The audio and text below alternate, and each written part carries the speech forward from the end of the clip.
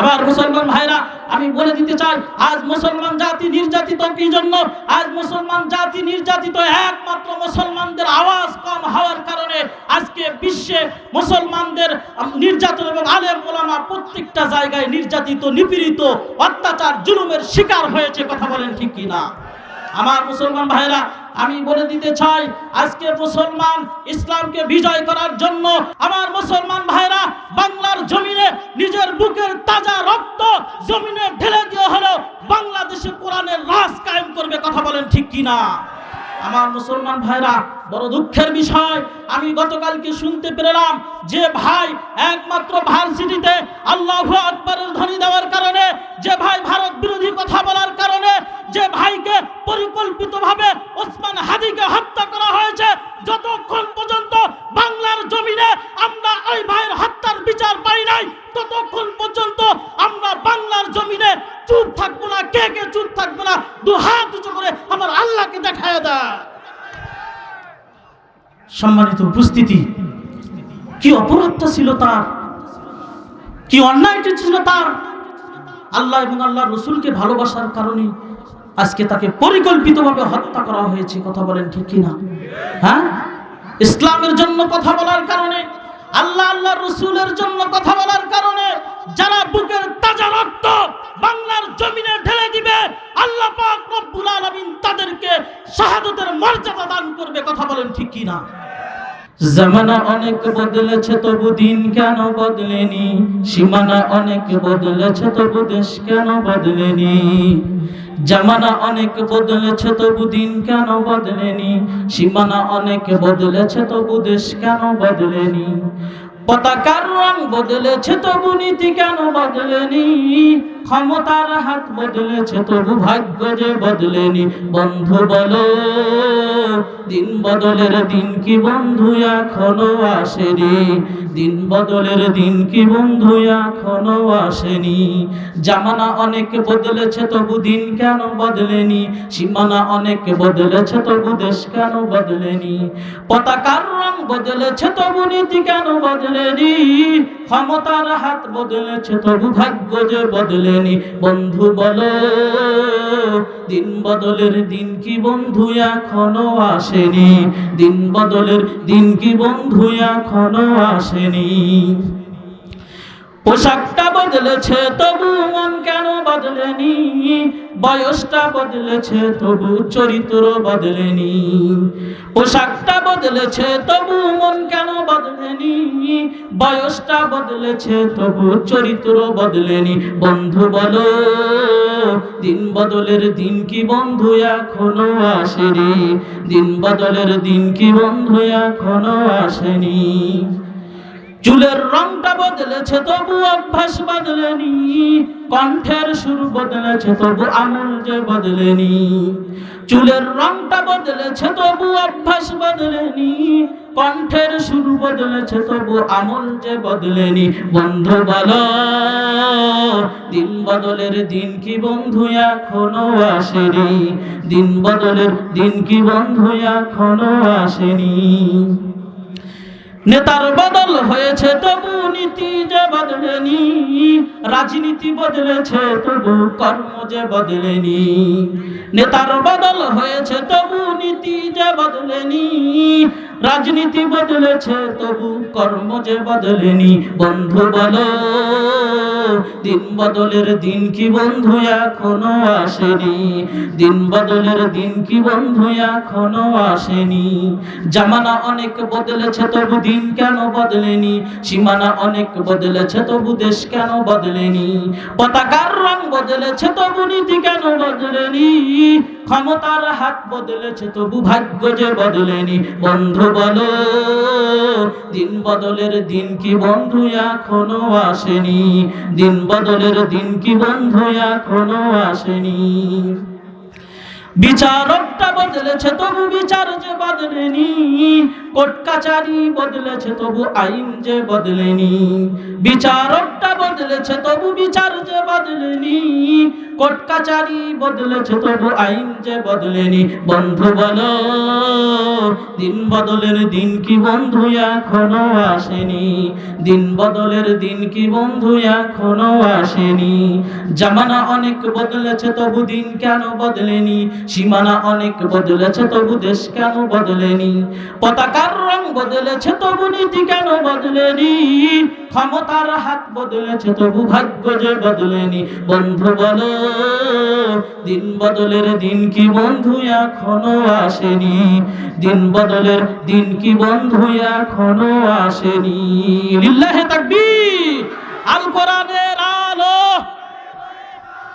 আল কোরআনের আলো,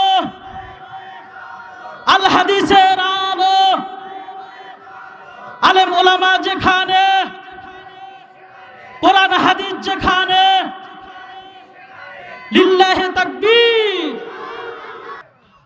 সম্মানিত উপস্থিতি, কি অপরাধটা ছিল তার, কি অন্যায়টা ছিল তার। আল্লাহ এবং আল্লাহ রসুলকে ভালোবাসার কারণে আজকে তাকে পরিকল্পিতভাবে হত্যা করা হয়েছে। কথা বলেন ঠিক কিনা?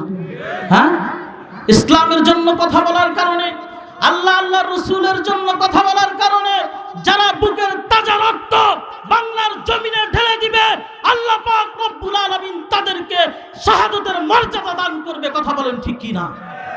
আমার মুসলমান ভাইরা, বড় দুঃখ লাগে, সুস্থ মানুষ জুমার নামাজ আদায় করেছে আর সেই ব্যক্তিকে কিভাবে হত্যা করা হয়েছে। আমার মুসলমান ভাইরা, আমি আর দেরি করবো না, সরাসরি আলোচনার মধ্যে চলে যাব। আল্লাহ রাব্বুল আলামিন কোরআনুল কারীমের মধ্যে সুন্দরভাবে মানব জাতিদেরকে জানায় দেন। আল্লাহ রাব্বুল আলামিন বলেন, ইন্নাল্লাহা আশতারা মিনাল মুমিনিনা আনফুসাহুম ওয়া আমওয়ালাহুম বিআন্না লাহুমুল জান্নাহ। আল্লাহ রাব্বুল আলামিন কোরআনুল কারীমের মধ্যে সুন্দরভাবে মানব জাতিদেরকে জানায় দেন, ও পৃথিবীর মানুষরা তোমরা শোনো, আমি আল্লাহ পাক রব্বুল আলামিন পৃথিবীর মানুষের কাছ থেকে আমি আল্লাহ পাক রব্বুল আলামিন তিনটা জিনিসের বিনিময় আমি আল্লাহ রব্বুল আলামিন আমার মুমিন বান্দাদের কাছ থেকে জান্নাতকে বিক্রি করে আমি তিনটা জিনিস ক্রয় করে নিয়েছি। কথা বলেন ঠিক কিনা? তিনটা জিনিস আল্লাহ পাক রব্বুল আলামিন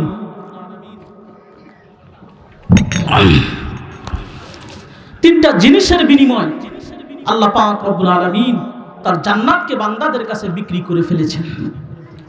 আমার মুসলমান ভাইরা বন্ধুগণ, আল্লাহ রাব্বুল আলামিন বলেন, ও পৃথিবীর মানুষেরা, আমি আল্লাহ পাক রব্বুল আলামিন তিনটা জিনিসের বিনিময় আমি আমার বান্দাদের কাছ থেকে জান্নাতকে বিক্রি করে দিয়েছি।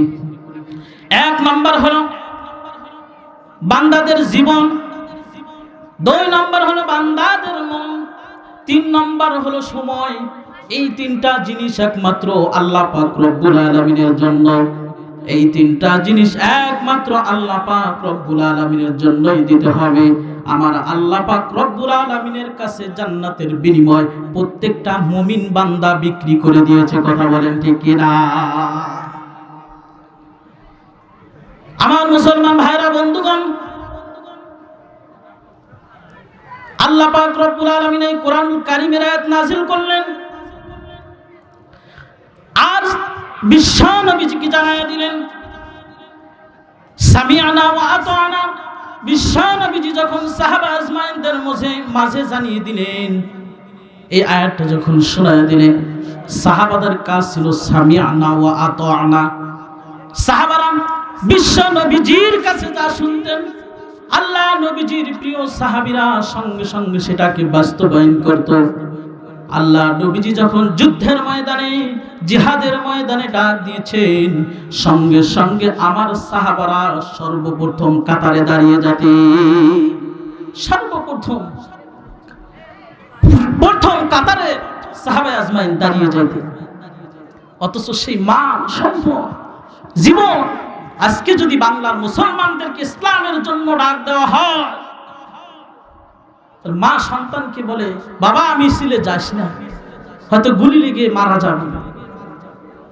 কিন্তু হয়তোবা কিছুক্ষণ পরে ওই সন্তানটা মারা যাইতে পারে কি পারে না?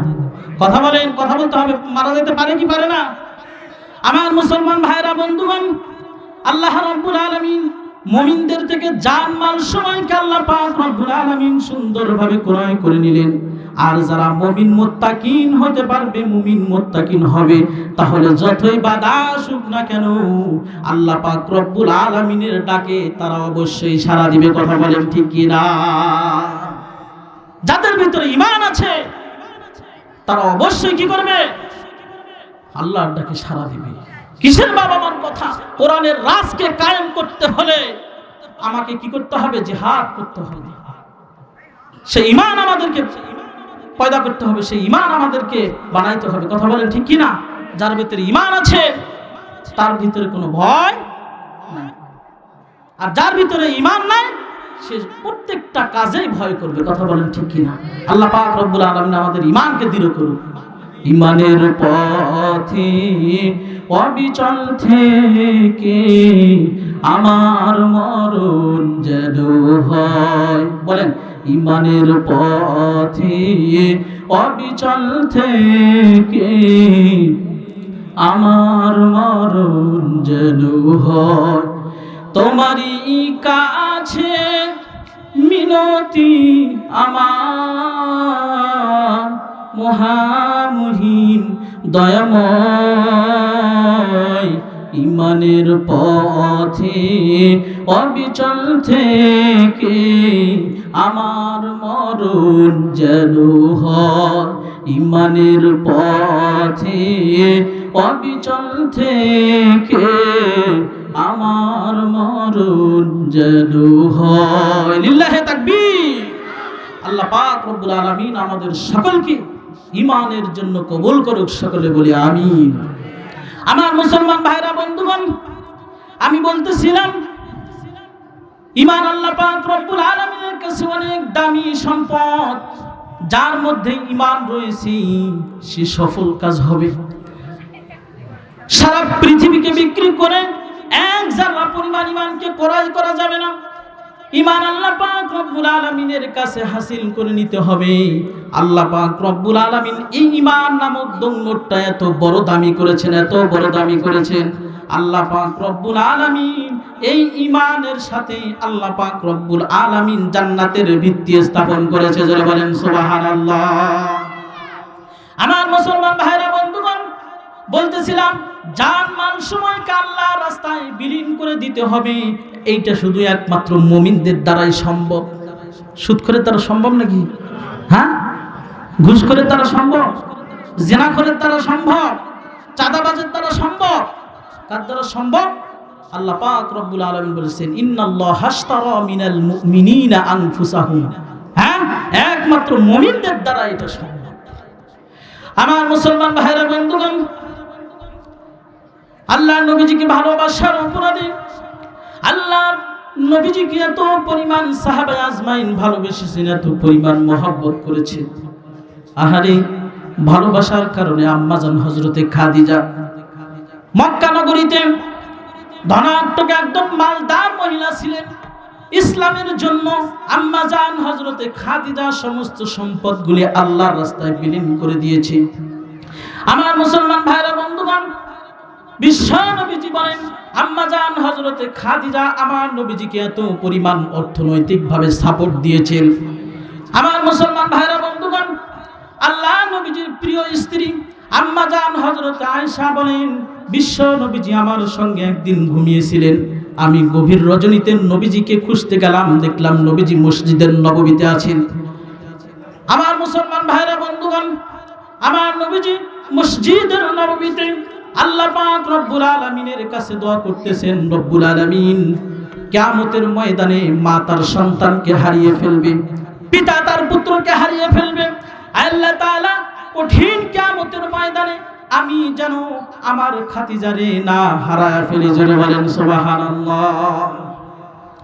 আমার মুসলমান ভাইরা, বন্ধুগণ,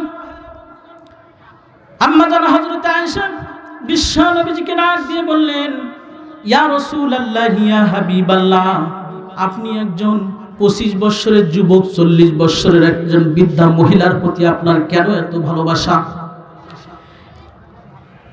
40 বছরের বৃদ্ধা একটা মহিলার প্রতি আপনার কেন এত মায়া? আল্লাহ নবীজি বিশ্ব নবীজি আম্মা জান হযরত আয়েশাকে ডাক দিয়ে বলেন, আয়েশা শোনো, তোমরা ছিলে আমার সুখের দিনের স্ত্রী আর খাদিজা ছিল আমার দুঃখের দিনের স্ত্রী। আমি নবীজি যখন মক্কা নগরীতে আমার জায়গা হতো না, আমি নবীজি যখন মক্কা নগরে আশ্রয় হইতো না, ওই সময় খাদিজা আমার সঙ্গে বিবাহ বন্ধনে আবদ্ধ হয়েছে। জোরে বলেন সুবহানাল্লাহ। আমার মুসলমান ভাইরা বন্ধুগণ, আম্মা জান হযরত আয়েশা বলেন, ইয়া রাসূলুল্লাহ, ইয়া হাবিবাল্লাহ, আমার ভুল হয়েছে, আপনি আমাকে একটু ক্ষমা করে দিবেন। বিশ্ব নবীজিকে বললেন, ইয়া রাসূলুল্লাহ, ইয়া হাবিবাল্লাহ, আপনি খাদিজার ব্যাপারে আমারে কিছু শোনায়া দেন। বিশ্ব নবীজি আম্মা জান হযরত আয়েশাকে ডাক দিয়ে বলতেছেন, আয়েশা, আমার খাদিজা এত পরিমাণ আমার জন্য কষ্ট করেছে যে তোমরা তো আমার সুখের দিনের স্ত্রী, আর খাদিজা ছিল আমার দুঃখের সময়ের স্ত্রী। আমার মুসলমান ভাইরা বন্ধুগণ, আম্মা জান হযরত আয়েশা বিশ্ব নবীজিকে ডাক দিয়ে বললেন, ইয়া রাসূলুল্লাহ, ইয়া হাবিবাল্লাহ, খাদিজার ব্যাপারে আমারে কিছু আপনি শোনায়া দেন। বিশ্ব নবীজি ডাক দিয়ে বললেন, আয়েশা শোনো, আমি যখন গভীর রজনীতে দ্বীনের দাওয়াত দিয়ে আসতাম, দ্বীনের কাজ করে আসতাম, দ্বীনের দাওয়াত দিয়ে যখন আসতাম, যত রাত্রি হোক না কেন, যখন আমি বাসায় ফিরতাম, দরজায় এসে নক করতাম, খাদিজা সঙ্গে সঙ্গে দরজা খুলে যাইতো। আমি খাদিজাকে জিজ্ঞাসা করলাম, খাদিজা, তুমি কি রাত্রে বেলা ঘুমাও না? আমার মুসলমান ভাইরা বন্ধুগণ, খাদিজা ডাক দিয়ে বললেন, ইয়া রাসূলুল্লাহ, ইয়া হাবিবাল্লাহ, আপনি নবীজি গভীর রজনী পর্যন্ত দ্বীনের দাওয়াত দিয়ে আসবেন, দ্বীনের কাজ করে আসবেন, আমি খাদিজা বিছানায় শুয়ে শুয়ে ঘুমাবো, আপনি রাসূলের প্রতি আমার বেয়াদবি হবে, আমি এটা সহ্য করতে পারবো না, আমি এটা কখনোই সহ্য করতে পারবো না। আপনি গভীর রজনী পর্যন্ত দ্বীনের দাওয়াত দিয়ে আসবেন, দ্বীনের কাজ করে আসবেন, আর আমি খাদিজা বিছানায় শুয়ে শুয়ে ঘুমাবো, আর রাসূল এসে আমাকে দরজায় নক করবে, ডাকবে, আমি দরজা খুলে দিতে পারবো না, রাসূলের সঙ্গে বেয়াদবি আমি কখনোই করতে পারবো না। আমার মুসলমান ভাইরা বন্ধুগণ, বিশ্ব নবীজি আম্মা জান হযরত আয়েশাকে শোনায়া দিলেন, আয়েশা, গভীর রজনীতে যখন আমি আসতাম, খাদিজাকে নক করতাম, খাদিজা সঙ্গে সঙ্গে দরজা খুলে দিত। আমি খাদিজাকে বললাম, খাদিজা তুমি কি ঘুমাও না? খাদিজা ডাক দিয়ে বললেন, ইয়া রাসূলুল্লাহ, গভীর রজনীতে আপনি দ্বীনের দাওয়াত দিয়ে আসবেন, আর আমি খাদিজা বিছানার সঙ্গে ঘুমিয়ে পড়বো, বিছানায় ঘুমিয়ে পড়বো, আমাকে দরজায় ডাক দিতে থাকবেন, এটা আমি খাদিজা কখনো সহ্য করবো না। আমার মুসলমান ভাইরা বন্ধুগণ, আল্লাহ নবীজির প্রিয় স্ত্রী আম্মা জান হযরতে খাদিজা এত পরিমাণ ইসলামের জন্য কষ্ট করেছেন, ইসলামের জন্য কষ্ট করেছেন। জাবালে নূর হীরা গুহায় বিশ্ব নবীজি হযরতে জিবরাইল আলাইহিস সালাতু ওয়াস সালামের সঙ্গে কথা বলতেছিলেন। আমার মুসলমান ভাইরা, আমি বলতেছিলাম, আম্মা জান হযরতে খাদিজা বিশ্ব নবীজির প্রতি এত পরিমাণ ভালোবাসা, এত পরিমাণ মর্যাদা দিয়েছেন। আল্লাহ নবীজি জিবরাইল আলাইহিস সালাতু ওয়াস সালামের সঙ্গে জাবালে নূর হীরা গুহায় বিশ্ব নবীজি হযরতে জিবরাইল আলাইহিস সালাতু ওয়াস সালামের সঙ্গে কথা বলতেছেন। এমন সময় হযরতে জিবরাইল ডাক দিয়ে বললেন, ইয়া রাসূলুল্লাহ, আমি আর থাকবো না, হযরতে খাদিজা আসতেছে আপনার জন্য খাবার নিয়ে। হযরতে জিবরাইল আলাইহিস সালাতু ওয়াস সালাম বিশ্ব নবীজিকে ডাক দিয়ে বললেন, ইয়া রাসূলুল্লাহ, ইয়া হাবিবাল্লাহ, খাদিজা যখন আপনার কাছে আসবেন, আল্লাহ তাআলা হযরতে খাদিজাকে আল্লাহ পাক রব্বুল আলামিন সালাম জানিয়েছে। জোরে বলেন সুবহানাল্লাহ। আমার মুসলমান ভাইরা, হযরতে জিবরাইল বলতেছেন, ইয়া রাসূলুল্লাহ, ইয়া হাবিবাল্লাহ, আমি আর দেরি করতে পারতেছি না, আমি চলছি। এই কথা বলে যখন হযরতে জিবরাইল রওনা হয়ে গেল, আমার মুসলমান ভাইরা বন্ধুগণ, আম্মা জান হযরতে খাদিজা বিশ্ব নবীজির কাছে আসলেন। বিশ্ব নবীজির কাছে আসার পরে বিশ্ব নবীজি আম্মাজান হযরতে খাদিজাকে ডাক দিয়ে বলতেছে, খাদিজা তোমার জন্য সুসংবাদ রয়েছে। আম্মাজান হযরতে খাদিজা বলতেছেন, ইয়া রাসূলুল্লাহ ইয়া হাবিবাল্লাহ, কি সুসংবাদ রয়েছে? বিশ্ব নবীজি ডাক দিয়ে বললেন, ওগো খাদিজা, আল্লাহ পাক রব্বুল আলামিন তোমার প্রতি এত পরিমাণ সন্তুষ্ট হয়েছে, তোমার প্রতি এত পরিমাণ সন্তুষ্ট হয়েছে, যার কারণে আল্লাহ পাক রব্বুল আলামিন নিজে তোমাকে সালাম জানিয়েছে। জোরে বলেন সুবহানাল্লাহ। আল্লাহ পাক রব্বুল আলামিন হযরতে খাদিজার প্রতি রাজি খুশি হয়ে খাদিজাকে আল্লাহ পাক রব্বুল আলামিন নিজে সালাম জানিয়েছেন। আমার মুসলমান ভাইরা, বিশ্ব নবীজি ডাক দিয়ে বললেন, খাদিজা, শুধু আল্লাহ পাক রব্বুল আলামিন নয়, জিবরাইল আলাইহিস সালাতু ওয়াস সালাম তোমাকে সালাম জানিয়েছে। জোরে বলেন সুবহানাল্লাহ। আমার মুসলমান ভাইরা, বন্ধুগণ, আল্লাহ নবীজি বিশ্ব নবীজি যখন আম্মাজান হযরতে খাদিজাকে ডাক দিয়ে বললেন, খাদিজা, আল্লাহ পাক রব্বুল আলামিনের খাদিজা বিশ্ব নবীজিকে ডাক দিয়ে বললেন, ইয়া রাসূলুল্লাহ ইয়া হাবিবাল্লাহ, নারী জীবন সার্থক, নারী জন্ম আমার সার্থক হয়ে গেছে। আল্লাহ পাক রব্বুল আলামিন আমাকে সালাম জানিয়েছেন। আল্লাহ পাক রব্বুল আলামিনের সালামের জবাব কিভাবে দিতে হয় হুজুর আমি তো জানি না, আপনি আল্লাহ পাক রব্বুল আলামিনের সালামের জবাব আমি খাদিজার পক্ষ থেকে আপনি দিয়ে দেন।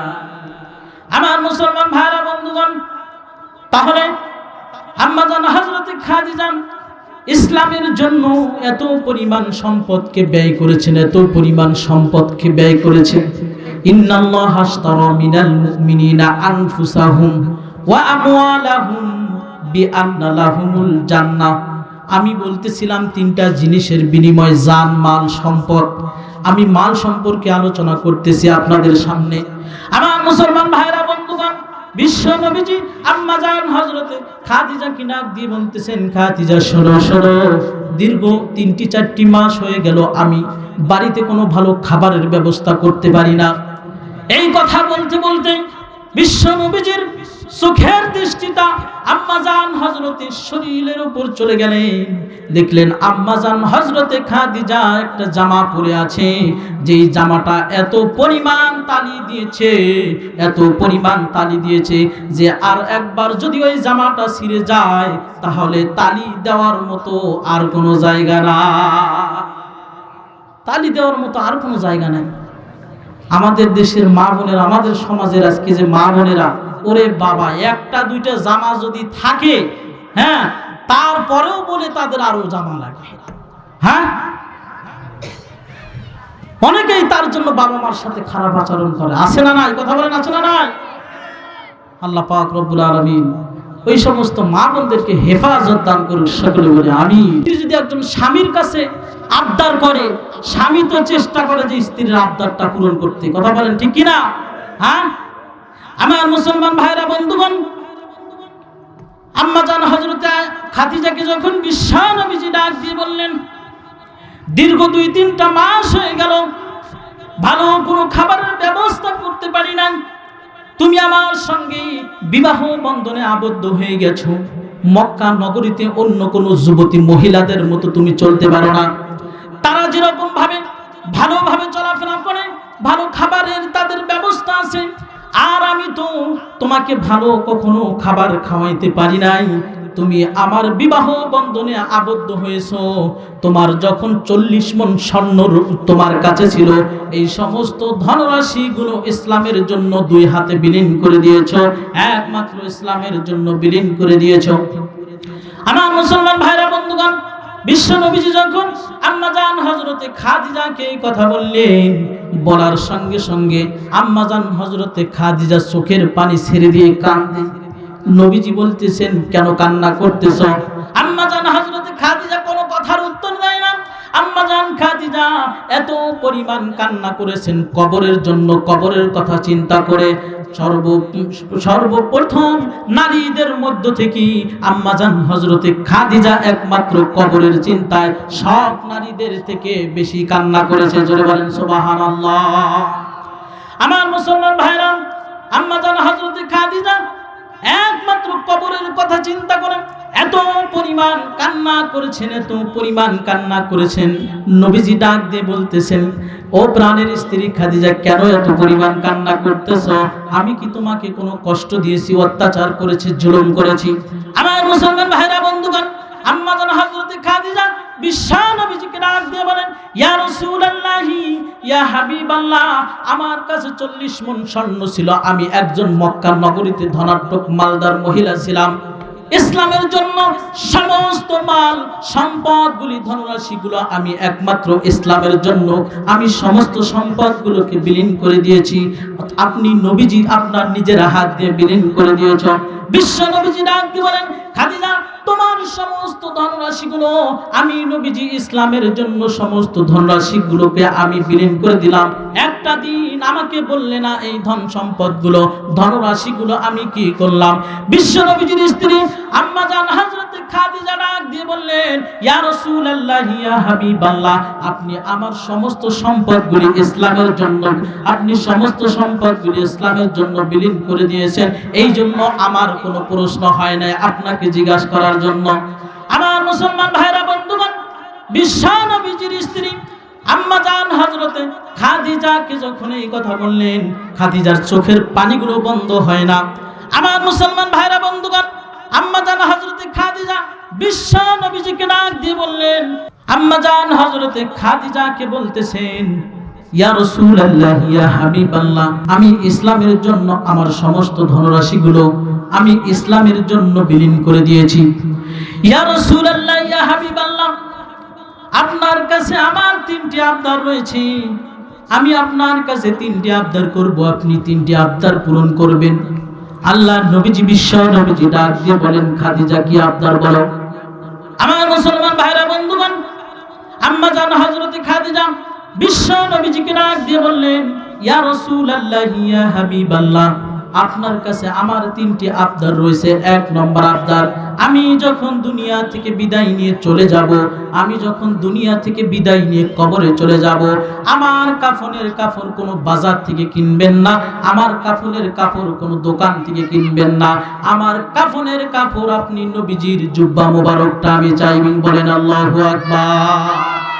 আমার মুসলমান ভাইরা বন্ধুগণ, আম্মা জান হযরতে খাদিজা এই কথা যখন বললেন, বিশ্ব নবীজি ডাক দিয়ে বললেন, খাদিজা, 2য় নম্বর আবদারটা বলে দাও।